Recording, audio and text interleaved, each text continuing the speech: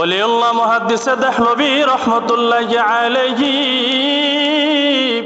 দিল্লির এক জামে বড় মসজিদের সম্মানিত খতিব সাহেব মুহাদ্দিসে দেহলভী রহমতুল্লাহি আলাইহি জুমার নামাজ পড়ানোর জন্য যখন মসজিদের মধ্যে আসে, আল্লাহর বান্দা একটা রুমাল দিয়া চেহারা ঢাকিয়া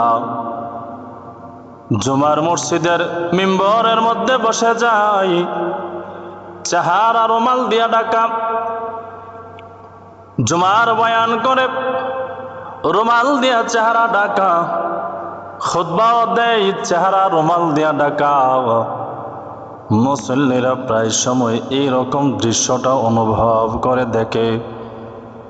হঠাৎ করে এক মুসল্লি হাত উঠায় বলে, শায়েখ ও খতিব আজম ওলিউল্লাহ মুহাদ্দিসে সাহেব, আপনার কাছে আমার একটা প্রশ্ন, একটা জানার বিষয় আছে। ওলিউল্লাহ মুহাদ্দিসে দেহলভী রহমতুল্লাহি আলাইহি জিজ্ঞেস করলেন, ও মুসল্লি কি এমন প্রশ্ন বলো।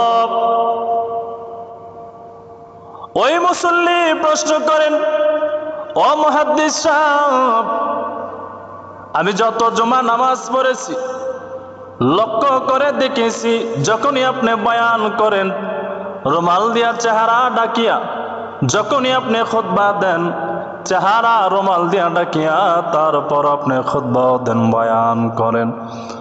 শুধু নামাজের সময় আপনি চেহারা খোলা রাখেন কেন গো?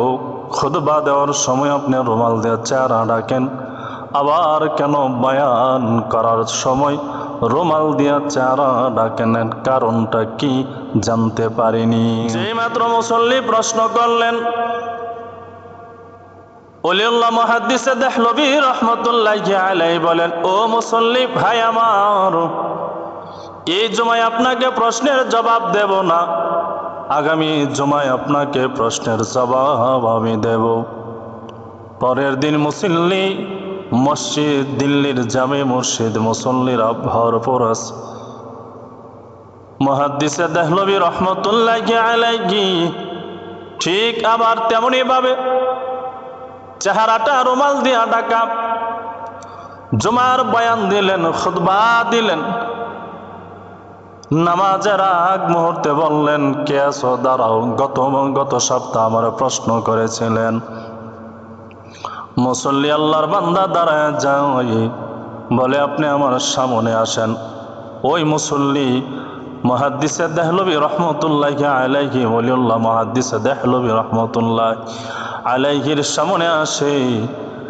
মুহাদ্দিসে দেহলভী রহমতুল্লাহি আলাইহি বসলেন, বললেন এখানে আপনি একটু বসেন। ওই মুসল্লি এখানে বসে গেলেন, বললেন মুসল্লি আপনার মাথাটা দেন। ওলিউল্লাহ মুহাদ্দিসে দেহলভী রহমতুল্লাহি আলাইহি মাথা থেকে রুমালটা সরাইয়া মুসল্লির মাথার মধ্যে রুমালটা দিয়ে দেয়।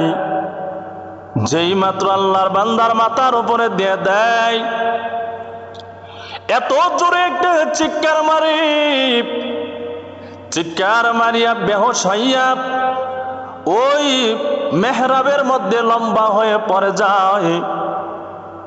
অন্যান্য মুসল্লিরা সহ্য হয়ে গেল, কি ব্যাপার, রুমাল দিতে সময় হয় চিৎকার মারিয়া মসজিদের মধ্যে বেহুশ হয়ে পড়ে যেতে সময় হয় না, কি এমন কারণ? মুহাদ্দিসে দেহলভী রহমতুল্লাহি আলাইহি বললেন, মুসল্লিরা টেনশন করবেন না, চিন্তা করবেন না। কিছুক্ষণ পরের ভিতরে আল্লাহর বান্দার মুসল্লির হুঁশ ফিরে আসলো।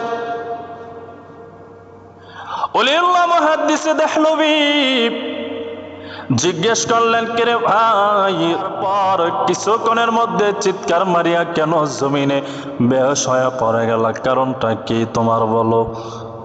এবার আল্লাহর বান্দা বলে, ও খতিব আজম ওলিউল্লাহ মুহাদ্দিস দেহলভী সাহেব, যেই মাত্র আপনি রুমাল দিবেন, রুমাল দেওয়ার আগে মসজিদের মধ্যে শুধু মানুষ আর মানুষের চেহারা দেখা যায়।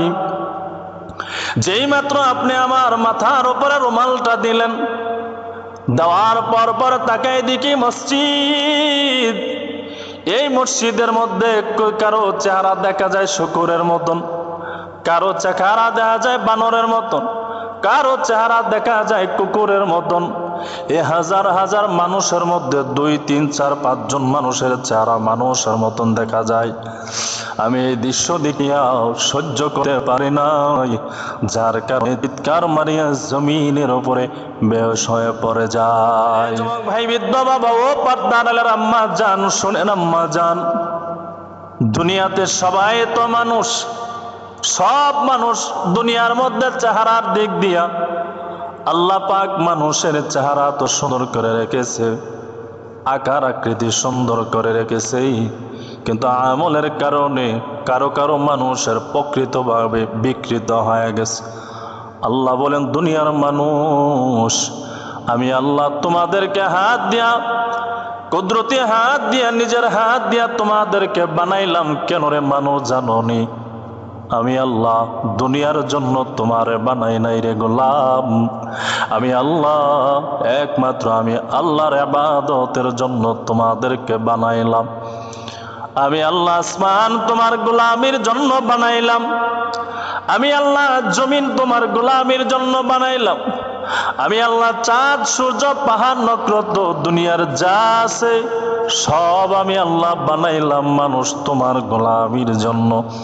আরে মানুষ, আমি আল্লাহ তোমারে কেন বানাইলাম জানোনি? আল্লাহ পাক নিজে জানায়া দেয়, ওয়া মা খালাকাতুল জিন্না ওয়াল ইনসা ইল্লা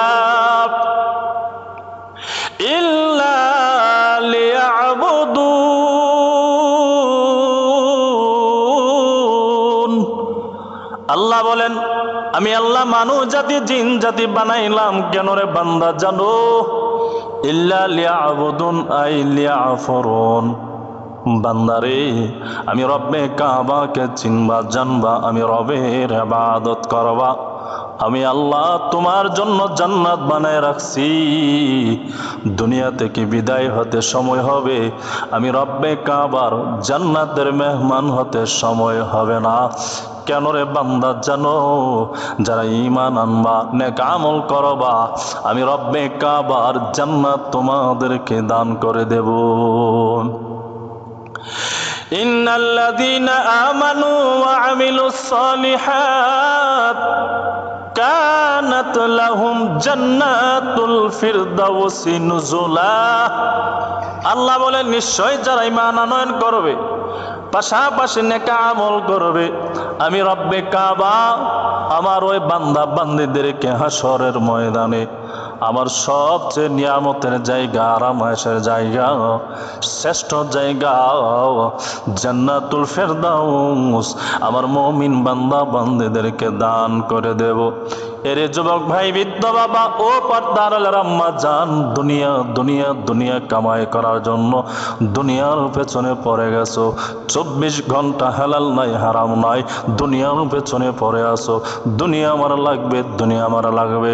কিন্তু রে বান্দা, শুনি নাও, এই দুনিয়া তোমার আপন না, দুনিয়া তোমার আপন না। আমার বাবা ছিল, আমার দাদা ছিল, এখন তারা নাই, আমি আছি, আমিও থাকবো না। এই দুনিয়া আমাকে একদিন লাথি মাইরা দুনিয়া থেকে বিদায় করে দেবে। কিন্তু রে বাবা, এই দুনিয়া নামক জায়গার পেছনে যারা লোভে পড়ে গেছো, দুনিয়া ধ্বংস, আখিরাত ধ্বংস।